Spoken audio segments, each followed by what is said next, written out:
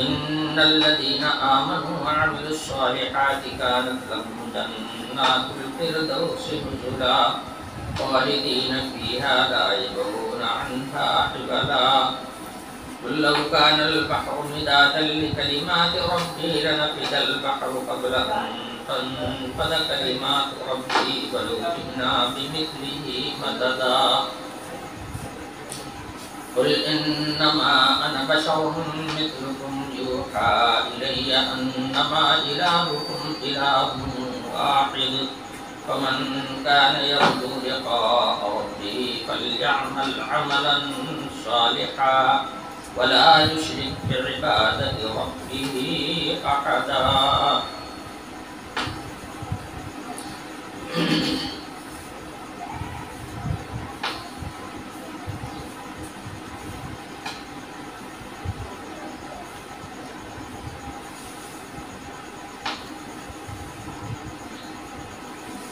سورہ کہف کی یہ آخری آیات ہے.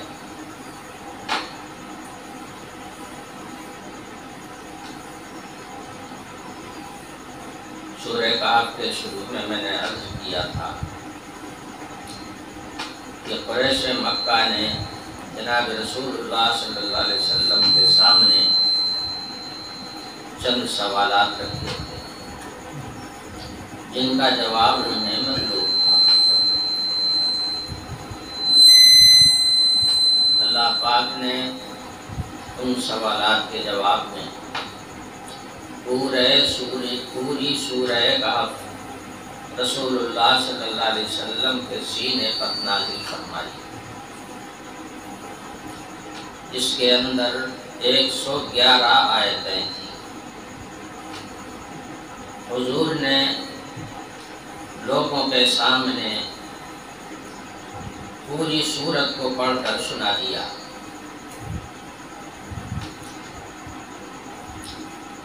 دو باتوں کا جواب پوری تفصیل کے ساتھ تقریباً پوری سورت میں بیان کیا گیا،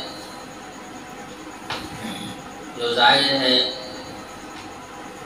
کہ دو قسم کی شخصیات کے زندگی سے متعلق ہیں اور ان کے کارناموں سے متعلق ہیں. چونکہ ان کا واقعات بھی حیرتناک ہے، اس لیے اس کا جواب بھی نہایت مفصل دیا گیا اور تقریباً پوری صورت انہی دو سوالوں کے جواب میں پوری ہو جاتی ہے، سوائے 2 آیتوں کے. اور 2 آیتوں میں اس تیسرے سوال کا جواب دیا گیا ہے، اس کی تفصیلات میں انشاءاللہ ابھی عرض کروں گا. غرض کہ ان کے سوالات کا جواب مکمل ہونے کے بعد قرآن اپنے اصل موضوع کو اٹھاتا ہے جو قرآن پاک کا موضوع ہے، اور وہ ہے ہدایت. اللہ کے کلام کو ماننے والے ان کا انجام بخیر ہوگا اور اللہ کے کلام کا انکار کرنے والے ان کا انجام برا ہوگا. اللہ پاک نے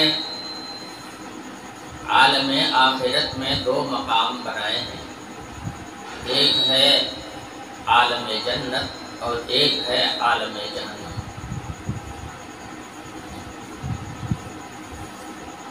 اور ان دونوں مقامات پر پہنچنے کا ذریعہ 2 ہے. ایک میں پہنچنے کا ذریعہ ہے ایمان اور ایک میں پہنچنے کا ذریعہ ہے کفر و شرک اور معصیت. چونکہ یہ معاملہ امور غیبی سے تعلق رکھتا ہے جس کا علم نہ تو دیکھ کے ہو سکتا ہے اور نہ انسانی عقل وہاں تک پہنچ سکتی ہے کہ اس کو سمجھ سکے.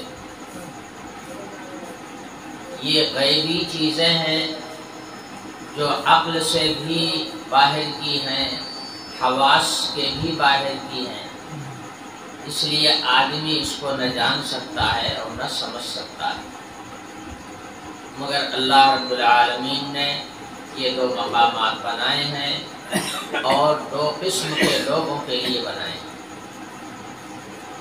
ایک قسم تو لوگوں کی وہ ہے جنہوں نے اللہ اور رسول کی اطاعت اور فرما برداری کا راستہ اختیار کیا، اللہ کے وجود کے قائل ہیں، اللہ کی ذات و صفات پر ایمان رکھتے ہیں اور اللہ کے ہر حکم کی تعمیل کی کوشش کرتے ہیں۔ یہ طبقہ تو اللہ کے فرما برداروں کا ہے، اور دوسرا طبقہ ہے اللہ کے نافرمانوں کا، جو نہ اللہ کی ذات کو مانتا ہے، نہ ان کی صفات کو جانتا ہے، اور نہ ہی احکم الحاکمین کے حکموں کی تعمیل ہی کرتا ہے۔ اس نے سرکشی اور بغاوت کا راستہ اختیار کیا ہے۔ یہ دوسرا گروہ ہے انسانوں کا۔ تو پہلے گروہ کے متعلق تعالیٰ شانہ فرماتے ہیں کہ ہم نے ان کے لیے اعزاز کا مقام بنایا ہے، اور وہ ہے جنت، جہاں ہر قسم کی راحتیں ہوں گی اور ہر قسم کا آرام ہوگا، اور اس میں جانے والے ہمیشہ اسی راحت میں رہیں گے، عیش کا مقام ہوگا، ہر قسم کی خواہش، ہر قسم کی ضرورت کا وہاں پر سامان مہیا ہوگا، اور اہل جنت کو جنت میں جانے کے بعد پھر کبھی وہاں سے نکالا نہیں جائے گا، وہ ہمیشہ جنت میں رہیں گے۔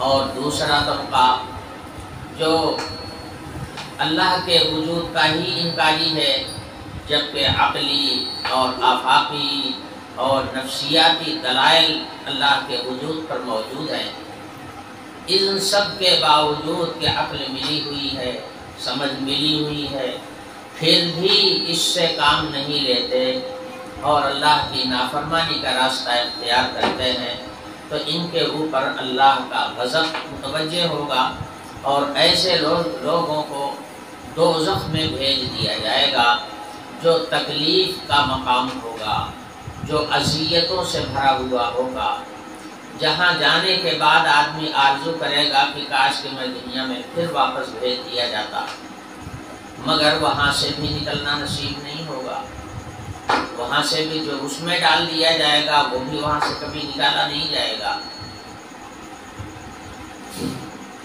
تو اہل جنت ہمیشہ جنت میں رہیں گے، کبھی نکالے نہیں جائیں گے، اور اہل دوزخ ہمیشہ دوزخ میں رہیں گے، وہاں سے کبھی نکالے نہیں جائیں گے۔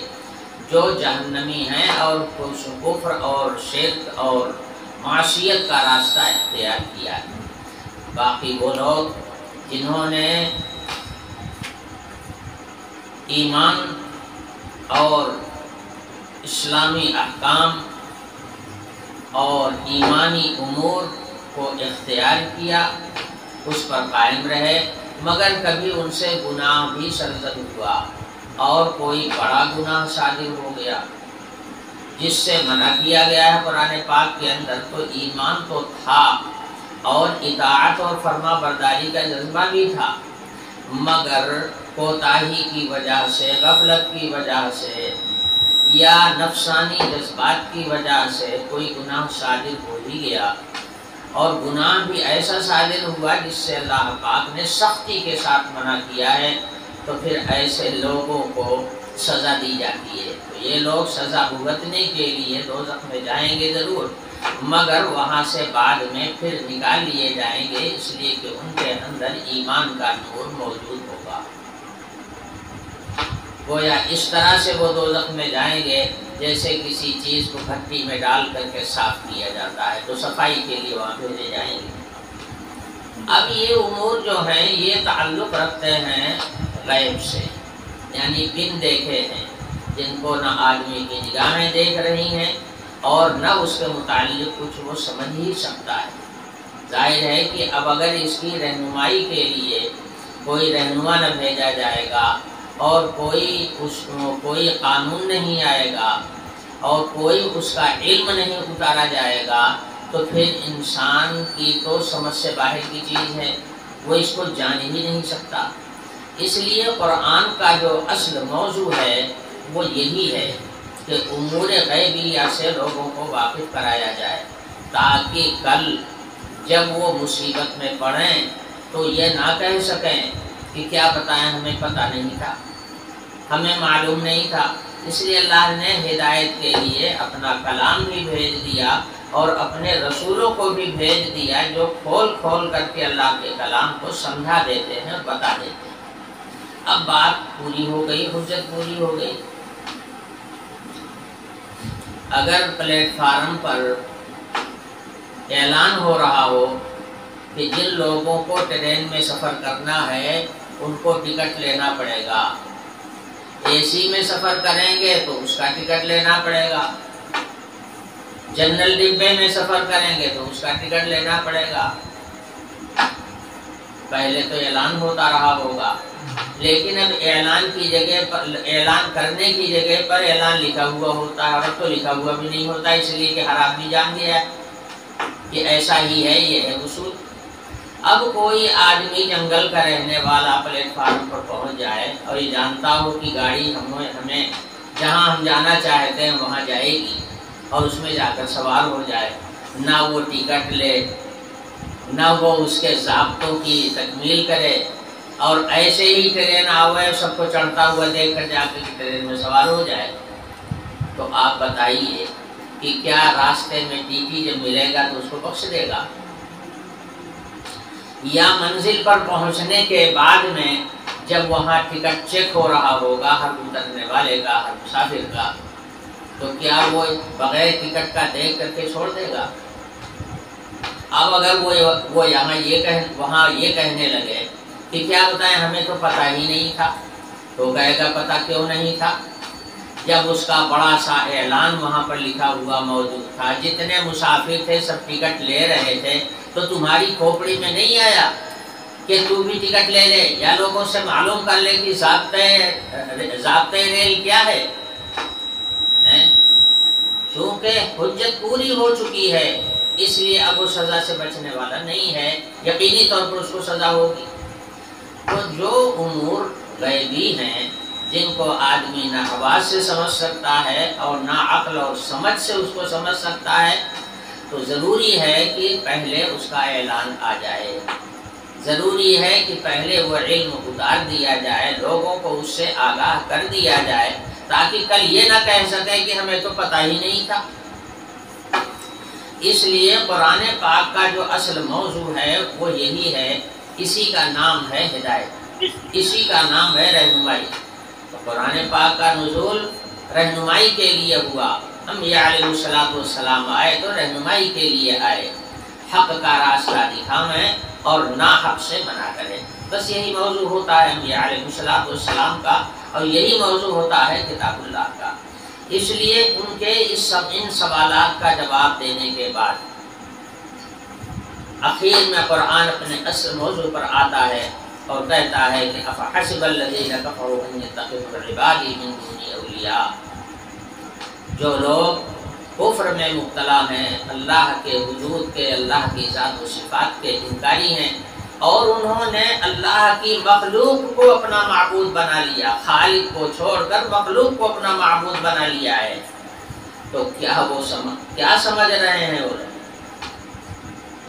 کہ ان کے لیے یہ راستہ بہتر ہوگا؟ اس لیے اللہ پاک ارشاد فرماتے ہیں انا اعتدنا جہنم للکافرین نزلا، ہم نے کافروں کے لیے کفر و شرک کی اور معصیت کی راہ اختیار کرنے والوں کے لیے مہمانی کا سامان جہنم بنایا، وہیں ان کی مہمانی ہوگی۔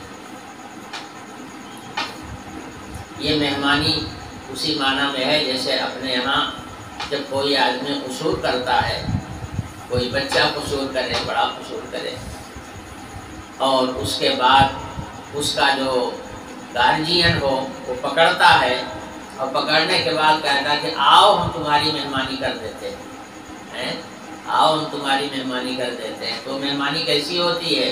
کان اکھاڑا جاتا ہے، کمچی ماری جاتی ہے اور سزا دی جاتی ہے، اس کو اس کو سزا کے گھاٹ پر پہنچایا جاتا ہے، یہی ہے۔ تو تعالیٰ شان ہو اسی معنی میں اس کو بھی ارشاد فرما رہے ہیں کہ ہم نے ان کی مہمانی کا سامان جہنم کو بنایا۔ اور اس کے بعد یہ بھی فرما دیا گیا تھا کہ سب سے زیادہ خسارے میں کون لوگ ہیں، وہ بھی بتا دیا گیا اور اس کی پہچان بھی بتا دی گئی، جنہوں نے اللہ کی دی ہوئی اس زندگی کو صرف دنیا کے لیے استعمال کیا اور آخرت سے بالکل غافل بیٹھے رہے، یہی لوگ ہیں سب سے زیادہ خسارہ والے۔ اس لیے کہ جتنا کچھ یہ کر رہے ہیں دنیا کے لیے کر رہے ہیں، اور دنیا رہنے کا مقام ہے نہیں، دنیا سے چلے جائیں گے، تو دنیا سے تو یہ چلے جائیں گے آخرت کے سفر پر، اور جو کیا تھا دنیا کے لیے کیا تھا وہ سارا کا سارا یہی رہ جائے گا۔ اب یہ خالی ہاتھ ہوں گے، وہاں ان کے پاس کچھ بھی نہیں ہوگا۔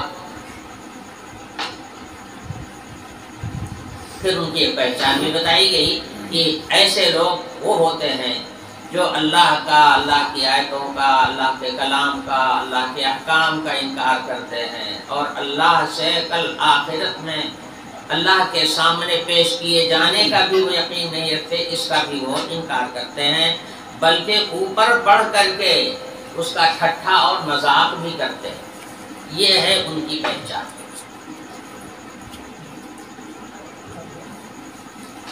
ارشاد فرمایا أولئك فحبطت أعمالهم فلا نقيم لهم يوم القيامة وزنا، ان کے سارے کیے کرائے اعمال سب ضائع ہیں، سب بیکار ہیں، کسی کام آنے والے نہیں ہیں، اس لیے کہ عالم قیامت میں ان کے عمل کا کوئی وزن ہی نہیں ہوگا۔ اعمال تو بہت سارے ہوں گے مگر عمل وزن ان کے اندر کچھ بھی نہیں ہوگا، اور بے وزن چیز تو پھر کسی کام کی ہوتی ہی نہیں۔ اس کی تفصیلات میں پچھلے درس میں بیان کر چکا ہوں۔ یہاں پر ایک مسئلہ یہ بھی ہے، لا نقیم لهم یوم القیامت وزنا، ہم ان کے لیے قیامت کے دن کوئی وزن قائم نہیں کریں گے۔ یہ تو ہے ترجمہ آیت کا۔ ابھی اس کے دو معنی، ایک معنی تو جو ہے جو میں نے بتایا کہ انہوں نے جو کچھ کیا تھا دنیا کے لیے کیا تھا، آخرت کے لیے تو کچھ کیا ہی نہیں تھا، اس لیے ان کا ہر عمل بالکل بے وزن ہوگا۔ دوسرے معنی اس کے بعض مفسرین نے یہ بھی بیان کیے ہیں کہ کفر و شرک کی راہ اختیار کرنے والوں کے اعمال کے لیے کوئی ترازو وہاں نہیں ہوگا۔ جب یہ چیز ہی وہاں پہ نہیں ہوگی تو اس کے ترازو کی ضرورت کیا؟ گویا اس کا مطلب یہ ہوا کہ جو میزان عدل قائم ہوگی وہ اہل ایمان کے لیے ہوگی، ان کے اعمال کو وہاں پر تول کے دیکھا جائے گا، اس کے عمل میں کتنا وزن ہے۔ عمل میں وزن آتا ہے اخلاص سے، جو عمل آدمی خالص رضا الہی کے لیے کرتا ہے اس عمل میں وزن ہوگا، اور جس عمل کو آدمی اس لیے کرتا ہے کہ لوگ جانیں، لوگ سمجھیں، اور لوگوں کے بیچ میں ہمارا بھی ایک ویلو ہو جائے، ہم بھی بڑے نمازی ہیں، ہم بھی بڑے عبادت گزار ہیں، ہم بھی بڑے نیک لوگوں میں سے ہیں، ان جذبات کے تحت اور اس مقصد سے جو آدمی کوئی عمل کرتا ہے وہ عمل بے وزن ہو جاتا ہے۔ عمل میں وزن آتا ہے رضائے الہی کے جذبے سے، اور اس کا تعلق ہے اخلاص قلب سے، دل کے اندر خلوص ہو، یعنی خالص رضا الہی مقصود ہو، اس عمل میں وزن آئے گا۔ اور جو عمل اس لیے نہیں کیا گیا، دکھانے کے لیے کیا گیا، دوسروں میں اپنا سکہ جمانے کے لیے کیا گیا، یہ عمل بے وزن ہوگا اللہ کی بارگاہ میں۔ تو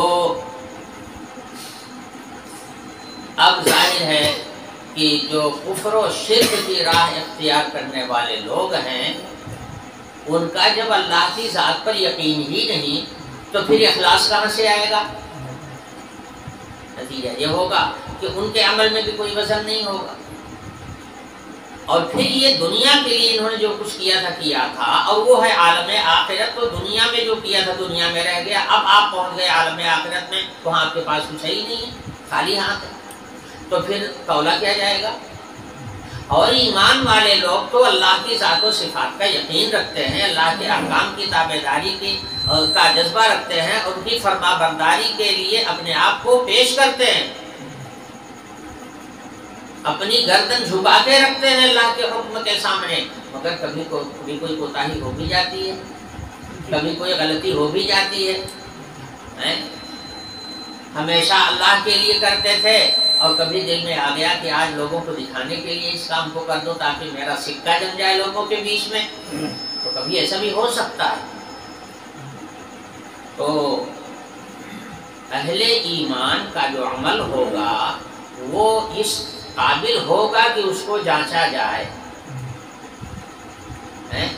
اگر خلوص قلب کے ساتھ اس کا عمل ہوگا وزنی ہوگا، خلوص قلب نہیں ہوگا، ریاکاری ہوگی، دکھاوا ہوگا، اس کے لیے کیا ہوگا، اس کے اندر وزن کم ہو جائے گا، یا ہو سکتا ہے اس کا وزن بہت ہی کم ہو جائے یا ختم ہو جائے، لیکن کچھ اعمال تو اس نے رضا الہی کے لیے کیے ہوں گے نا، چونکہ ایمان رکھتا ہے اللہ رسول پر، اس لیے کچھ اعمال تو اس کے رضا الہی کے لیے ہوئے ہی ہوں گے، اس لیے وہ وزندار ہوں گے، اس لیے جو ترازو لگے گا وہاں پر وہ اہل ایمان کے لیے لگے گا، اہل کفر کے لیے ترازو لگانے کی ضرورت ہی نہیں ہے، ان کے پاس تو ٹکٹ ہی نہیں ہے۔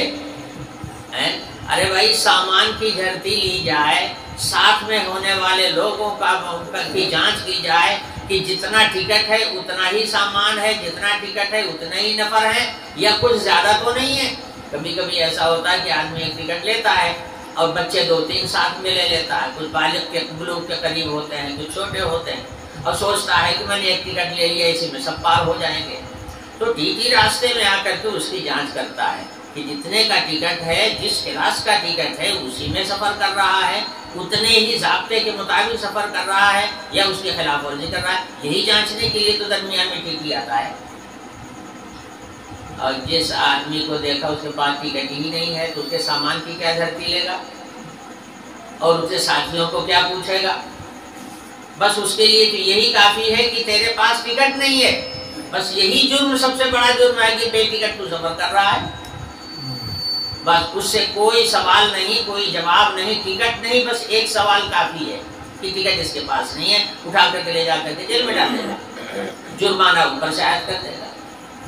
تو اسی طرح سے اہل کفر کے عمل میں نہ تو کوئی وزن ہوگا اور نہ اس کو جانچنے کی ضرورت ہی ہوگی، اور اہل ایمان کے اعمال میں کچھ وزنی ہوں گے اور کچھ غیر وزنی ہونے کا احتمال بھی ہے، اس لیے ان کے اعمال کو جانچا جائے گا، اور جو وزندار ہوں گے اس کا صلہ ان کو اونچا درجے کا ملے گا، اور جو کم وزن والے ہوں گے اس کے ساتھ ان جیسا معاملہ کیا جائے گا۔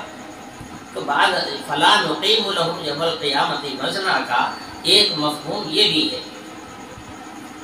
اور بعض مفسرین نے یہ کہا ہے کہ میزان عدل پر تو سب کے اعمال رکھے جائیں گے، جو انہوں نے دین سمجھ کر کیا تھا ان سب عملوں کو ترازو پر چڑھا دیا جائے گا، اور قرآن پاک کی آیتوں میں اس کی طرف اشارہ بھی ملتا ہے، فَمَنْ ثَقُلَتْ مَوَازِينُهُ فَهُوَ فِي عِيشَةٍ رَاضِيَةٍ وَأَمَّا مَنْ خَفَّتْ مَوَازِينُهُ فَأُمُّهُ هَاوِيَةٌ۔ بعض دوسری آیتوں میں ہے وَمَنْ خَفَّتْ مَوَازِينُهُ فَأُولَٰئِكَ الَّذِينَ خَسِرُوا أَنفُسَهُمْ، جن کے اعمال ہلکے ہوں گے وہ تو بیچارے بڑے گھاٹے میں چلے گئے۔ آخر کے کفر اور شرک میں چونکہ ایمان ندارد ہے، اس لیے وہاں خلوص نام کی کوئی چیز نہیں ہے، اس لیے کافروں کے جو اعمال ہوں گے وہ سب ہلکے ہی ہلکے ہوں گے، اور جو چیز بالکل ہلکی ہوتی ہے یعنی بے قیمت ہوتی ہے اس کو کوڑے میں لے جا کے ڈال دیا جاتا ہے، اس کو گھر میں کوئی نہیں رکھتا. کوڑا خانہ ہر گھر میں ہوتا ہے, کوڑا دان ہر جگہ ہوتا ہے. جو ردی چیزیں ہوتی ہیں کوڑے دان میں ڈال دی جاتی ہیں. تو اسی طرح سے کافروں کے اعمال کو لایا جائے گا ترازو کے سامنے, لیکن ان کے عمل میں کوئی وزن نہیں ہوگا, اس لیے بس اٹھا کر کے کوڑے دان میں ڈال دیا جائے گا, جو کوڑے کا مقام دوزخ میں ڈال دیا جائے گا. تو بعض مفسرین کا کہنا یہ ہے کہ کفر و شرک میں مبتلا لوگوں کے لیے کوئی ترازو ہی نہیں قائم کی جائے گی. بعض مفسرین کا کہنا یہ ہے کہ نہیں, آیتوں میں اشارات ملتے ہیں, اس سے پتہ چلتا ہے کہ ترازو سب کے لیے ہوگی, اعمال سب کے تولے جائیں گے. جن کے اندر وزن ہوگا ان کا ٹھکانہ دوسرا ہوگا, جو بے وزن ہوگے ان کا ٹھکانہ کوڑا دان ہوگا. یہ ہوگا. تو اس لیے اب آگے قرآن بیان کرتا ہے, ان الذين آمنوا وعملوا الصالحات كانت لهم جنات الفردوس نزلا. جو لوگ ایمان لائے, اللہ نے جن کے دل کی آنکھیں کھول دیا اور غیبی حقائق کو انہوں نے قبول کر لیا, جن میں پہلے نمبر پر اللہ تعالیٰ کی ذات و صفات آتی ہے, ان سب کو اس نے قبول کر لیا اور عمل بھی اپنا شریعت کے مطابق بنا لیا. وعملوا الصالحات, نیک عمل کیے, اچھے کام کیے, تو ایمان بھی آیا اور عمل بھی اچھا رہا. اور عمل کب اچھا ہوگا؟ جب شریعت کے ماتحت ہوگا. شریعت سے ہٹ کر ہوگا, وہ اللہ کے دربار میں قابل قبول نہیں, تو عمل الصالحات میں آئے گئی. تو ایمان بھی آیا اور اعمال بھی اچھے ہوئے اس کے. حق تعالیٰ شان و ارشاد فرماتے ہیں, کانت لہم جنات الفردوس نزلا, اس کے لیے بہت سی جنتیں ہیں. جنت الفردوس اس کو حاصل. جنات کا لفظ جمع کا صیغہ ہے, جس سے پتہ چلتا ہے کہ جنت ایک ہی نہیں ہوگی, بہت ساری جنتیں ہوں. اور یہ بھی ہو سکتا ہے کہ ہر جنتی کے لحاظ سے جنات کہا گیا ہو, کہ ہر جنتی کی چونکہ الگ الگ جنت ہوگی, یعنی جنت کے طبقات ہوں گے, تو اس کو جمع کے صیغے سے تعبیر فرما دیا جنات الفردوس. اور اس سے کم از کم اتنا تو ضروری پتہ چلتا ہے کہ جنت کے اندر بھی طبقات ہیں, جیسے ہر جگہ طبقات ہوتے ہیں. کوئی لوور کلاس کا ہوتا ہے, کوئی متوسط کلاس کا ہوتا ہے, اور کوئی اپر کلاس کا ہوتا ہے. ہر جگہ یہ نمبر لگا ہوا ہے, ہر چیز میں لگا ہوا ہے. تو ایسے ہی جنت میں بھی کلاس ہوں, یعنی درجات ہوں گے. کوئی فرسٹ کلاس کا ہوگا, کوئی سیکنڈ کلاس کا ہوگا, کوئی تھرڈ کلاس کا ہوگا. یہ درجات وہاں بھی قائم ہیں. اب اگر تھرڈ درجے کا ہوگا تو وہ تھرڈ ان اعلیٰ درجے والوں کے لحاظ سے ہوگا, باقی جنت تو کل ہوگی. آج کل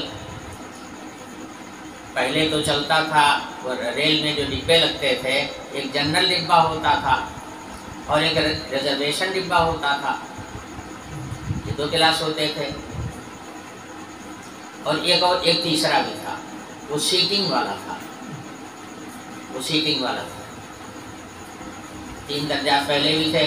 اب اس کے بعد ٹرین میں چلی اے سی میں, تو معلوم ہوا کہ اے سی میں بھی 3 درجات ہیں. ایک تھرڈ اے سی کہلاتی ہے, ایک سیکنڈ اے سی کہلاتی ہے, اور ایک فرسٹ درجے کی اے سی کہلاتی ہے. 3 درجات وہاں بھی ہیں. اب تھرڈ درجے کی جو اے سی ہوگی, اے سی تو بہرحال وہاں بھی لگی ہوئی ہوگی نا, راحت کا سامان وہاں بھی ہوگا. اور جنرل ڈبوں سے اور ریزرویشن والے ڈبوں سے تو کہیں بہتر ہوگا وہاں کا تھرڈ درجہ بھی. اب وہاں جو تھرڈ ہوگا تو وہ فرسٹ کلاس کے لحاظ سے ہوگا, کہ فرسٹ کلاس والے زیادہ راحت میں ہیں اور تھرڈ کلاس والے ان کی بنسبت کم راحت میں ہیں، مگر راحت تو تھرڈ سے لے کر کے فرسٹ تک کل راحت ہی راحت ہے۔ تو ایسے ہی جنت میں جو یہ درجات قائم ہوں گے تو جنت ہی میں نا، ہوں گے تو جنت ہی میں۔ اسی لیے جو آدمی جنت میں پہنچ جائے گا کبھی اس کے دل میں یہ خیال بھی نہیں آئے گا کہ میں دنیا میں واپس کیا جاؤں۔ وہاں اتنی راحت کا سامان ہوگا، اتنا آرام ہوگا اور خواہشات کی تکمیل کا اتنا ذریعہ وہاں موجود ہوگا کہ وہاں پہنچ جانے کے بعد کوئی سوچے گا ہی نہیں کہ مجھے پھر دنیا میں بھیجا جائے، اس لیے کہ راحت میں ہوگا۔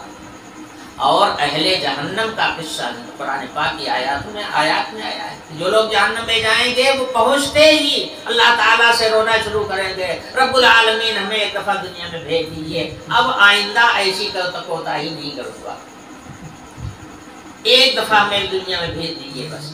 تو دوزخی تو دنیا کو اس سے بہتر سمجھے گا، اور جنتی جب جنت میں پہنچ جائے گا کبھی سوچے گا بھی نہیں دنیا کو، اس لیے کہ اس سے کہیں زیادہ بہتر مقام اس کو حاصل ہوگا۔ تو بھائی بھلا دنیا میں کیا کرنے آئے گا وہ اس قید خانے میں؟ یہ ہے تو میں نے بتایا کہ جنت کے مختلف طبقات ہیں۔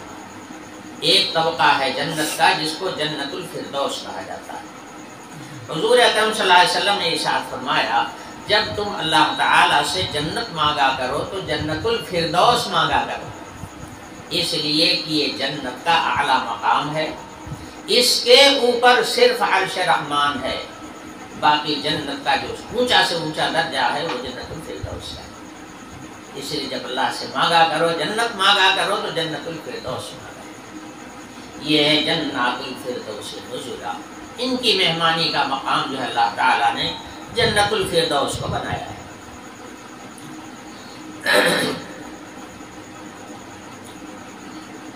ایک حدیث ہے امام بیہقی نے نقل کیا ہے کہ حضرت انس رضی اللہ عنہ فرمایا کرتے تھے کہ اللہ پاک نے جنت الفردوس کو اپنے ہاتھ سے بنایا ہے اور مشرک پر اور شرابی پر جنت کو حرام کر دیا، منع کر دیا کہ اس کے اندر کوئی مدمن خمر اور کوئی مشرک نہیں آئے گا، گویا یہ وہاں کا ضابطہ بنا دیا گیا۔ اب رہ گئی بات اللہ تعالیٰ کے اپنے ہاتھ سے بنانے کی، تو کون سی چیز ہے جو ان کے ہاتھ کے بنے گی؟ اس سے مراد ہے خصوصی دست قدرت، بس باقی ہر چیز بنائی ہوئی انہیں کی، ان کے علاوہ کون ہے بنانے والا؟ کسی کے بس کا ہے کچھ بنا لینا کیا؟ سب کی ہر چیز کے بنانے والے اور پیدا کرنے والے تو وہی ہے۔ خالدین فیہا لا یبغون عنہا حولا، یہ اہل جنت جب جنت میں پہنچیں گے تو ہمیشہ ہمیشہ اسی میں رہیں گے، کبھی یہ ان کے دل میں طلب بھی نہیں پیدا ہوگی کہ یہاں سے وہ منتقل کر دیے جائیں کسی دوسری جگہ پر، یا دنیا میں دوبارہ واپس بھیج دیے جائیں۔ لا یبغون، بقا یبغی کے معنی آتے ہیں طلب کرنا، ان کے دل میں اس کی طلب ہی نہیں ہوگی، کس چیز کی؟ اے والا منتقل ہونے کی، اس کی طلب نہیں ہوگی کہ یہاں سے ہٹایا جاؤں اور پھر دنیا میں بھیج دیا جاؤں، نہ بالکل نہیں، وہ راحت کا مقام ہوگا جنت۔ تو یہ ہے اصل میں قرآن کا اصل موضوع، اسی کا نام ہے ہدایت اور رہنمائی۔ تو قرآن نے آخری سورت کے آخر میں اپنے موضوع کو بھی اٹھایا اور اس کی تفصیلات بھی بیان کر دی۔ اب آخری آیت رہ جاتی ہے، بلکہ آخری آیت کیا، آخر کی 2 آیتیں رہ جاتی ہیں، اس کی تفصیلات میں عرض کروں گا آپ کے سامنے۔ پہلے تو ارشاد باری سنیے، قُلْ لَوْ كَانَ الْبَحْرُ مِدَادًا لِكَلِمَاتِ رَبِّي لَنَفِدَ الْبَحْرُ قَبْلَ أَن تَنفَدَ كَلِمَاتُ رَبِّي وَلَوْ جِئْنَا بِمِثْلِهِ مَدَدًا۔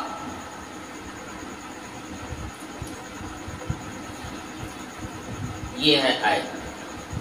مفسرین نے لکھا ہے کہ اس آیت کا تعلق علماء یہود کے اس سوال سے ہے جس میں انہوں نے روح کا سوال کیا تھا.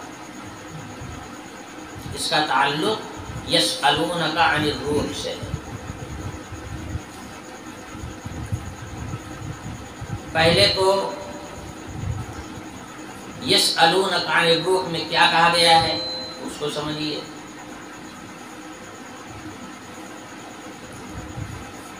علماء یہود نے حضور اکرم صلی اللہ علیہ وسلم کے سامنے سوال کرنے کے لیے 3 چیزیں بھیجا تھا. 2 کا تو تفصیل کے ساتھ بیان آیا اور تیسرا سوال تھا یسألونک عن الروح. یہ لوگ آپ سے روح کے متعلق سوال کر رہے ہیں. قل الروح من امر ربی، تو آپ بتا دیجئے کہ روح جو ہے یہ رب العالمین کا ایک حکم ہے، امر رب ہے. وما اوتیتم من العلم الا قلیلا، اور تم روح کی جو حقیقت سمجھنے کے لیے سوال کر رہے ہو وہ تمہارے بس سے باہر کی چیز ہے. بس سے باہر کیوں ہے؟ اس لیے کہ دیکھیے عالم 2 ہے، ایک ہے عالم خلق اور ایک ہے عالم امر. عالم خلق کی جو چیزیں ہیں وہ سب مادیات سے تعلق رکھتی ہیں، اسباب اور ذرائع سے تعلق رکھتی ہیں. اس لیے اور انسان جو ہے یہ بھی مادی ہے، یہ بھی عالم خلق کی ایک چیز ہے. تو جس عالم کا خود ہے اس عالم کی چیز کو سمجھنے کی آدمی کوشش کرے گا تو سمجھ سکتا ہے. دنیا میں جتنی چیزیں ہیں آپ سمجھنے کی کوشش کریں کہ اس کی حقیقت سمجھ میں آ جائے گی. لیکن ایک دوسرا عالم ہے، وہ ہے عالم امر. عالم امر کی چیز کو عالم خلق کا آدمی کبھی سمجھ نہیں سکتا. اب سوال یہ پیدا ہوتا ہے کہ عالم امر کیا چیز ہے اور عالم خلق کیا چیز ہے. حضرت مجدد الفسانی رحمۃ اللہ علیہ نے فرمایا کہ عرش کے نیچے جو چیزیں ہیں وہ عالم خلق ہیں اور عرش کے اوپر جو ہے وہ عالم امر ہے. خلق پیدائش کو کہتے ہیں، پیدا کی ہوئی چیزیں. تو یہ جو عرش کے نیچے پہ اللہ تعالیٰ کی پیدا کی ہوئی چیزیں سب مادے سے پیدا ہوئی. اچھا پہلے تو اس کو قول کو سمجھ لیجئے. حضرت مجدد الفسانی رحمۃ اللہ علیہ نے فرمایا کہ عرش کے نیچے جو مخلوقات ہیں وہ عالم خلق ہیں اور عرش کے اوپر کی جو چیزیں ہیں وہ عالم امر ہیں. وہاں عالم امر تک تو رسائی جبریل کی بھی نہیں ہے، کسی انسان کی کیا ہوگی. انبیاء علیہ السلام کی بھی رسائی وہاں تک نہیں ہے، فرشتوں کی رسائی وہاں تک نہیں ہے. پھر اس کو کوئی سمجھنے کی کوشش کرے گا تو پاگل ہی ہوگا. کیا سمجھے گا عالم امر کی چیز کو؟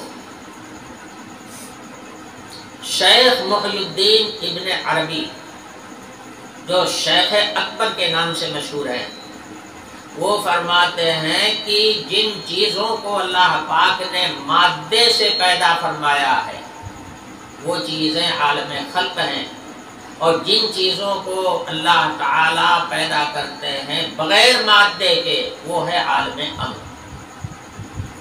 ان دونوں بزرگوں کے اقوال کو سامنے رکھنے کے بعد یہ بات واضح ہو جاتی ہے کہ یہ عالم دنیا یا نیچے کا جو عالم ہے عرش کے نیچے کا، وہی حضرت مجدد صاحب رحمۃ اللہ علیہ کے قول کے مطابق کہ عرش کے نیچے کی جو پیداوار ہے وہ سب عالم ہے، وہ سب مادی چیزیں ہیں اور سب ہر چیز کی بناوٹ، ہر چیز کی تخلیق میں اسباب جڑے ہوئے ہیں.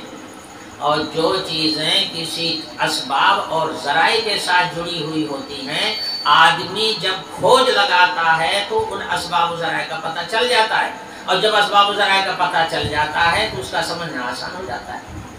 یہی وجہ ہے کہ عالم دنیا کی چیزیں اور عالم آسمان کی چیزیں سب مادی ہیں، سب اسباب و ذرائع کے ساتھ لگی ہوئی ہیں. کھوج کرنے والے جتنا کھوج کرتے جاتے ہیں اتنی معلومات میں اضافہ ہوتا چلا جاتا ہے، معلومات بڑھتی چلی جاتی ہے. سائنس کس چیز کا نام ہے؟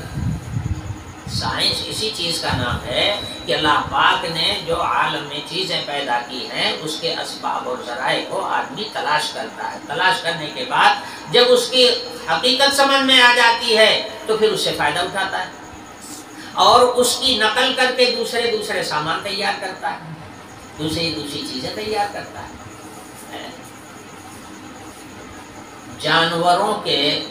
جانوروں کو پھاڑ کر اور ان کے اندر کی تمام مشینوں کا جائزہ لینے کے بعد جب انسان کو یہاں تک سمجھ میں آ گیا کہ خون یہاں رہتا ہے, یہاں سے یہاں آتا ہے, یہاں سے یہاں جاتا ہے, پھر اس کے اندر پاور پیدا ہو جاتا ہے, پھر اس کے اندر حرکت آ جاتی ہے, انہی جانوروں کے جسم کو چیر کر کے دیکھ کر کے اس کا علم حاصل ہو گیا ہے. تو اس کا بڑا فائدہ اٹھایا دنیا نے, انسانوں نے اس کا بڑا فائدہ اٹھایا. ایک تو انہی کی نقل کر کے اچھی مشینیں تیار ہو گئی جو فرسٹ کلاس کے سامان ہمارا تیار کر رہی ہیں. جتنے سامان تیار مشینوں پہ تیار ہو رہے ہیں. اب مشینوں کے کل پرزوں کو آپ دیکھیے تو ویسے ہی لگتا ہے جیسے جانور کے پیٹ کے جو اعضاء ہیں ایسے ہی وہ دکھائی دیتے. ایک فائدہ یہ ہوا.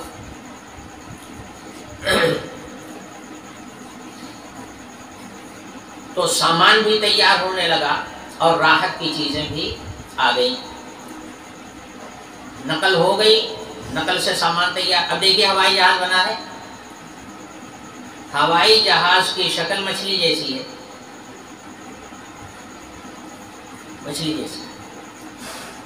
ہوائی جہاز انسان نے بنایا, نقل کیا ایک جانور کی. یہ جانور کیسے اڑتا ہے, یا یہ جانور شکل تو اس کی مچھلی جیسی ضرور ہوتی ہے مگر اڑنے کے لیے جو پر لگایا جاتا ہے پرندہ جیسا ہوتا ہے, پرندہ جیسا ہوتا ہے. تو اسی کی نقل کیا اور ہوائی جہاز کو آسمان میں اڑا لیا.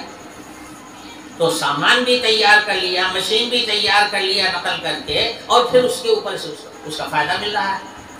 یہ اسی کا نام سائنس ہے. سائنس جو ہے کوئی غیبی علوم میں سے نہیں ہے, مادی علوم میں سے ہے. غیبی علوم پر تو صرف آسمانی کتابیں مشتمل ہیں, باقی دنیا کے جتنے علوم ہیں وہ سارے کے سارے مادی ہیں, غیبی نہیں ہے. تو بہرحال میں عرض کر رہا تھا روح کے متعلق, تو یہ ہے عالم خلق اور وہ ہے عالم امر. تو عالم خلق کی چیزیں تو قابل ریسرچ ہیں, قابل تحقیق ہیں, اور جب آدمی اس میں دماغ لگائے گا تو اس کی حقیقت تک پہنچ سکتا ہے, سمجھ سکتا ہے. کوئی آج کی بات ہے, دنیا میں جب سے انسان ہے تب سے سائنس چل رہی ہے. سائنس کوئی آج کی نئی پیداوار نہیں ہے. جب سے انسان نے اس زمین پر قدم رکھا ہے سائنس تب سے چل رہی ہے. آخر یہ کیسے سمجھ میں آ گیا کہ گلا کاٹ دو تو آدمی مر جائے گا؟ یہ ریسرچ ہی سے تو سمجھ میں آیا کہ جس کا گلا کٹ جاتا ہے وہ کبھی زندہ نہیں ہوتا, مر جاتا ہے. لوگوں کو مل گیا ہتھیار. ڈاکٹری نے ترقی کی, پتہ لگا لیا کہ دار و مدار جو ہے زندگی کا وہ خون کی گردش پر ہے. اگر خون کسی کا نکال دیا جائے تو بھی مر جائے گا. اب یہ سب اسباب و ذرائع ہیں, مادی چیزیں ہیں, اس میں کھوج لگائی, پتہ چل گیا تو اب اس کو استعمال میں بھی لا رہا ہے, چاہے صحیح استعمال کرے چاہے غلط استعمال کرے. اس کے بعد پھر اور سائنس نے ترقی کیا. خون کن چیزوں سے بنتا ہے, مادیات میں وہ کون سی چیزیں ہیں جن سے خون بنتا ہے. خون باہر تو بنتا نہیں ہے, آج تک خون بنانے کی کوئی مشین نہیں تیار ہوئی. خون تو یہی پرزے تیار کرتے ہیں جو پیٹ کے اندر اللہ نے محفوظ کیے, اور یہ سب کے سب قدرتی ہیں. اگر کسی کا دل فیل ہو گیا تو دوسرا دل نہیں لا سکتے, کسی کا جگر فیل ہو گیا تو دوسرا جگر نہیں بنا سکتے, کسی کا پھیپڑا خراب ہو گیا تو دوسرا پھیپڑا نہیں بنا سکتے. محتاج کے اتنے. گردہ اگر خراب ہو گیا تو گردہ دوسرا گردے کی جگہ پہ اتنا ڈاکٹری پہنچ گئی کہ ایک گردہ بدل کے دوسرا گردہ لگا دیتے ہیں, مگر وہ گردہ بھی سلامت رہے اس کو بچا نہیں پاتے بیچارے.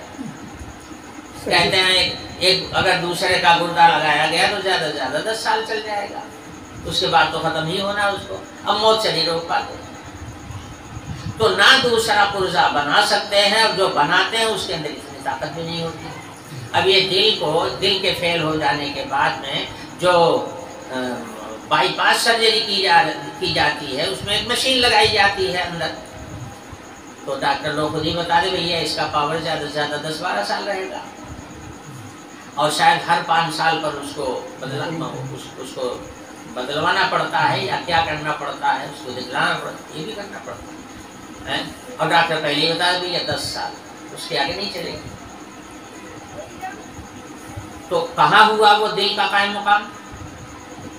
بائی پاس کیا آپ نے، سب کچھ کیا، بڑی محنت کیا، تو دل تو نہیں بنا پائے نا۔ دل جیسا کام کرنے کی جو مشین آپ نے بنایا، اس کا پاور اتنا کم کہ 10 سال سے آگے بڑھنے والا نہیں، چلنے والا نہیں۔ تو خون بناتی ہیں یہی مشین ہے جو اللہ نے پیٹ کے اندر رکھی، اس کے علاوہ خون بنانے والی دنیا میں کوئی مشین نہیں۔ اب ڈاکٹروں نے ریسرچ کیا، تحقیق کیا، محققین نے، کہ وہ کون کون سی غذائیں ہیں جس سے جو یہ اندر جائیں گی تو یہ مشینیں اس سے خون بنائیں گی، یعنی خون زیادہ مقدار میں تیار کریں گی۔ ہاں یہ مادی چیز ہے، اس پہ ریسرچ کیا، تحقیق کیا، محنت کیا، بات سمجھ میں آ گئی، اور یہ بات آج کی نہیں ہے، انبیاء علیہ السلام کے زمانے سے چلی آ رہی۔ فلانی چیز کھاؤ، فلانی چیز نہ کھاؤ، یہ کھاؤ گے تو گوشت، یہ کھاؤ گے تو خون بنے گا، یہ کھاؤ گے تو صحت برقرار رہے گی، یہ کھاؤ گے تو نقصان ہوگا، اس سے تمہاری صحت برباد ہو جائے گی۔ یہ تفصیل کوئی آج کی نہیں تو نہیں ہے نا، یہ تو تب سے ہے جب سے انبیاء علیہ السلام نے زمین پر قدم رکھا، تب سے یہ علم چلا رہا ہے۔ تو یہ جو لوگوں کو ہوا پر سنایا گیا ہے، سمجھایا گیا ہے کہ آج جدید دور ہے اور آج سائنس بڑی ترقی پر ہے، یہ ہے اور وہ ہے، ٹھیک ہے، سائنس آج ترقی پر ہے، لیکن کن بنیادوں پر ہے؟ ان بنیادوں پر ہے جو ترقیات انبیاء علیہ السلام نے کی تھی، اور انبیاء علیہ السلام نے اس کی بنیادیں قائم کر دی تھی، اسی کے اوپر آگے تو بڑھ کر کے ریسرچ کر رہے ہو، آگے کے فائدے حاصل ہو رہے ہیں۔ اچھا پھر یہ اللہ کے حکم سے ہو رہا ہے۔ جب دنیا کی آبادی بڑھ رہی ہے تو اللہ پاک لوگوں کے دلوں میں اس کا جذبہ پیدا کر رہے ہیں، اس کی کھوج لگاؤ، اس پر ریسرچ کرو اور اپنے فائدے کا سامان تیار کرو۔ پہلے آدمی سفر کرتا تھا تو پیدل یا زیادہ سے زیادہ جانور کی پیٹھ پر، آج اسی ریسرچ اور تحقیق کا نتیجہ ہے کہ دیکھیے کیسی کیسی سواریاں، کتنی تیز رفتار سواریاں آ گئی ہیں کہ زمین پر چلنے والی بھی تیز رفتار اور ہوا میں اڑنے والی بھی ایسی سواریاں تیار ہو گئی۔ یہ سب اسی ریسرچ اور تحقیق کا نتیجہ ہے، مگر بنیادیں بتائی ہیں انبیاء علیہ السلام۔ تو خیر بات چل رہی تھی کہ روح، تو یہ عالم امر کی جو چیز ہے وہ انسان کی کھوپڑی میں آنے والی نہیں ہے، اور عالم خلق کی جو چیز ہے وہ کھوپڑی میں آنے والی چیز ہے، اس لیے کہ اسباب اور مادے اس میں جڑے ہوئے ہیں، اور اسباب اور مادے میں جب آدمی غور کرتا ہے تو عقل سے وہ باتیں سمجھ میں آ جاتی ہے۔ تو عالم خلق کی چیز سمجھنے کی ہوتی ہے، عالم امر کی چیز تمہاری کھوپڑی سے باہر کی ہے، کبھی سمجھ میں نہیں آئے گی۔ اس لیے اس کے جواب میں بس مختصر سا لفظ استعمال کیا گیا، قل الروح من امر ربی، روح جو ہے یہ تو میرے رب کا ایک حکم ہے، بس خلاصہ یہ ہے کہ روح کا تعلق عالم امر سے ہے، عالم خلق سے نہیں ہے، اور جب روح کا تعلق عالم امر سے ہے اور وہ تمہاری پہنچ سے باہر ہے تو اس کا سوال کرو گے تو جواب دیا بھی جائے گا تو تمہاری سمجھ میں کچھ نہیں آئے گا، کچھ نہیں آئے گا۔ تو اس جواب پر علماء یہود نے یہ کہا تھا کہ واہ واہ، آپ عجیب بات کہتے ہیں کہ روح کی حقیقت ہماری سمجھ میں نہیں آئے گی، ہم تو بڑے بڑے عالم ہیں، ہمارے پاس تو تورات کا علم ہے، اور تین ہی چیزیں تو اللہ پاک نے اپنے دست قدرت، خاص دست قدرت سے بنائی ہے، ایک حضرت آدم علیہ السلام کو اور دوسرے تورات کو اللہ پاک نے اپنے دست قدرت سے لکھا اور تیسرے جنت الفردوس کو اپنے دست قدرت سے بنایا ہے. یہ تین چیزیں تو اللہ تعالیٰ کے ہاتھ کی ہیں. تو اس میں سے تورات ہمارے پاس موجود ہے. اللہ تعالیٰ کے علم کا بہت بڑا ذخیرہ ہمارے پاس موجود ہے. اور آپ کے قرآن میں یہ آیت موجود ہے من یؤت الحکمۃ فقد اوتی خیرا کثیرا. اور تورات جو ہے یہ علم حکمت کی کتاب ہے. تو سارے حکمت کا خزانہ ہمارے پاس ہے. اور آپ کہتے ہیں کہ ان کی حقیقت سمجھ میں نہیں آئے گی. یہ عجیب بات آپ کہتے ہیں. تو اس پر فرمایا گیا کہ تمہیں ناز ہے اپنے علم پر. اس میں کوئی شک نہیں کہ تورات علم کا بہت بڑا ذخیرہ ہے جو اللہ تعالیٰ نے زمین پر اتار دیا ہے.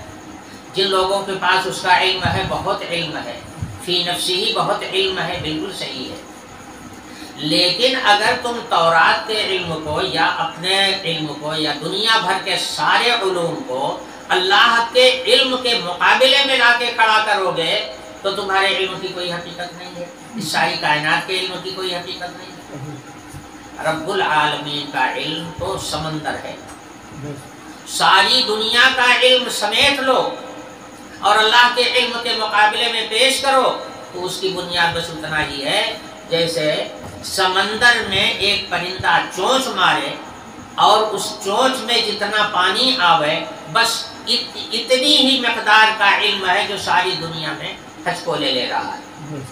اللہ کا علم تو سمجھو. اسی کا جواب دیا گیا قُلْ لَوْ كَانَ الْبَحْرُ مِدَادًا لِكَلِمَاتِ رَبِّي. رب العالمین کے بحر علم کے سامنے کسی کے علم کی کوئی اوقات نہیں ہے، کوئی حقیقت نہیں ہے. رب العالمین کا علم تو ایسا ہے کہ بحر محیط کو سیاہی بنا دیا جائے. بحر محیط جانتے ہیں؟ سمندر جو پوری روئے زمین پر 3 حصوں پر پھیلا ہوا ہے اور ایک حصہ خشکی کا ہے. تو وہ جو 3 حصے کو گھیرے ہوئے ہے وہ ہے بحر محیط. چاروں طرف پانی، بیچ میں یہ زمین اور سمندر کے مقابلے میں کتنی 1/4. سمجھے؟ یہ ہے دنیا. اگر اس بحر محیط کو جو اس دنیا سے 3 گنا زیادہ ہے اس کو سیاہی بنا دیا جائے اور اتنے نہیں بلکہ اتنے بڑا سمندر اور لا کر کے اس کو سیاہی بنا دیا جائے اور رب العالمین کے علم کو لکھنا شروع کیا جائے تو یہ سارے سمندر خشک ہو جائیں گے. رب العالمین کا علم ختم نہیں ہوگا. یہ معنی ہے قُلْ لَوْ كَانَ الْبَحْرُ مِدَادًا لِكَلِمَاتِ رَبِّي لَنَفِدَ الْبَحْرُ قَبْلَ أَن تَنفَدَ كَلِمَاتُ رَبِّي وَلَوْ جِئْنَا بِمِثْلِهِ مَدَدًا. اتنا بڑا علم اللہ رب العالمین کا ہے. تم اپنے علم کو اللہ کے علم کے مقابلے میں وزنی سمجھ رہے ہو. کیا اوقات ہے اللہ کے علم کے مقابلے کے بعد؟ تو عالم خلق کی چیزوں میں تم غوطہ لگاؤ، اس میں سے موتی نکال سکتے ہو، مگر عالم امر جہاں تمہاری عقل اور دماغ کی پہنچ ہی نہیں وہاں تم کیا کر سکتے ہو؟ اسی لیے تو اب جنت اور دوزخ یہ عالم امر کی چیزیں ہیں. اللہ پاک نے اس کو سمجھانے اور بتانے کے لیے اپنا قرآن بھیج دیا، علم اتار دیا آسمانی کتابوں میں اور حکم دے دیا کہ اسی کو یہ علم مل پائے گا یا اس علم سے وہی فائدہ اٹھا پائے گا جو اس پر ایمان لائے گا، جو مجھ پر ایمان لائے گا. تو اب ایمان شرط ہوگی. جو ایمان لائیں گے اور اللہ کی کتاب پر ایمان رکھیں گے اور اس کی بتائی ہوئی تعلیمات پر یقین کریں گے وہی اس سے فائدہ اٹھا پائیں گے، ورنہ پھر کچھ نہیں ہو، کچھ بھی کام نہیں آئے گا. اتنا بڑا علم عطا کرنے کے بعد چونکہ نبی آخر الزمان صلی اللہ علیہ وسلم بھی اللہ کے رسول ہیں اور یہ غیبی امور کی جو خبر آ رہی ہے وہ رسول اللہ کے ذریعے سے آ رہی ہے۔ سوال یہ پیدا ہوتا ہے کہ جب یہ چیزیں عالم آخرت کی ہے تو آپ نے کیسے جانا؟ آپ کو کیسے پتا چلا؟ آپ تو یہیں پیدا ہوئے عبداللہ کے گھر میں، عبد المطلب کے پوتے ہیں آپ، مکے کی سرزمین میں آپ کی پیدائش ہوئی، آپ بھی تو یہیں کے ہیں، آپ کو اس عالم امر کی چیزوں کا علم کیسے ہو گیا؟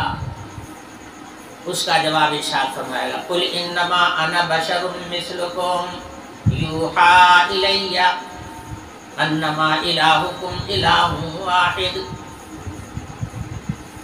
بلا شبہ میں تمہاری طرح کا ایک انسان ہی ہوں، انسان کے گھر میں پیدا ہوا ہوں، جس طرح ایک انسان پیدا ہوتا ہے اسی ذریعے سے میری بھی پیدائش ہوئی ہے، جیسے ہر انسان کھاتا ہے میں بھی کھاتا ہوں، جیسے ہر انسان پیتا ہے میں بھی پیتا ہوں، ہر انسان آرام کرتا ہے مجھے بھی آرام کی ضرورت ہے، میں بھی تمہاری طرح کا ایک انسان ہی ہوں، مگر میرے پاس جو یہ علوم آتے ہیں یہ اللہ پاک کے پاس سے بذریعہ وحی آتے ہیں، سارے علم کا میرا بھی دعویٰ نہیں کہ میں سب جانتا ہوں، اتنا جانتا ہوں جتنا اللہ مجھے بتا دیتا ہے، بس یہ ہے بات۔ یوحا الیہ، میرے پاس وحی ہے، اللہ پاک عالم امر کے علوم کو میرے سینے پر اتار دیتا ہے وحی کے ذریعے سے، بس اس لیے مجھے علم ہو جاتا ہے۔ یہی تم چونکہ رسول نہیں ہو اس لیے تمہارے پاس یہ ذریعہ نہیں، تم نہیں سمجھ سکتے، مگر میری سمجھ میں اس لیے آتا ہے کہ پروردگار عالم مجھے سمجھاتے ہیں ڈائریکٹ، اس سے سمجھ میں جاتی ہے بات۔ اور وحی کے ذریعے سے مجھے یہ بھی بتایا گیا ہے کہ انما الہکم الہ واحد، تمہارا معبود صرف ایک ہے، معبود دو نہیں، تین نہیں، چار نہیں، پانچ نہیں، سینکڑا نہیں، ہزار نہیں، معبود صرف ایک، وہی جس نے عالم امر کو بھی بنایا اور عالم خلق کو بھی بنایا، بس وہی ایک ہے جو قابل عبادت ہے، وہی ہے معبود بنا۔ فمن كان يرجو لقاء ربه فليعمل عملا صالحا ولا يشرك بعبادة ربه احدا، جو آدمی اپنے رب کے سامنے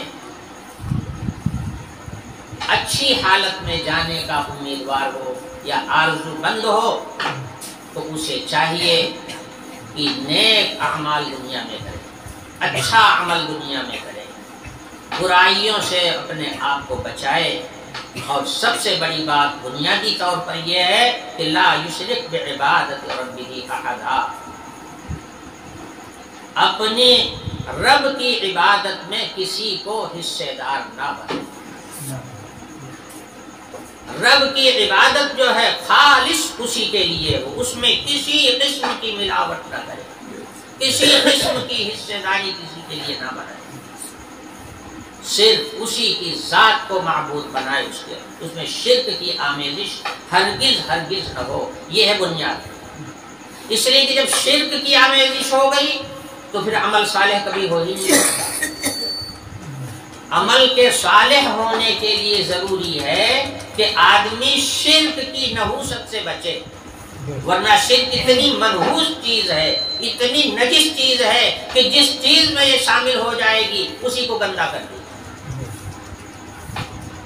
یہاں پر آیت آ کر کے ختم ہو جاتی ہے، اور بھی بہت سے مضامین ہیں، مگر پھر بیان کیا جائے تو بیان سفر ہوتے ہی رہے گا، اس لیے سورہ کہف ختم ہو گئی۔ انشاءاللہ اگلے درس میں سورہ مریم شروع ہوگی۔ وآخر دعوانا الحمدللہ۔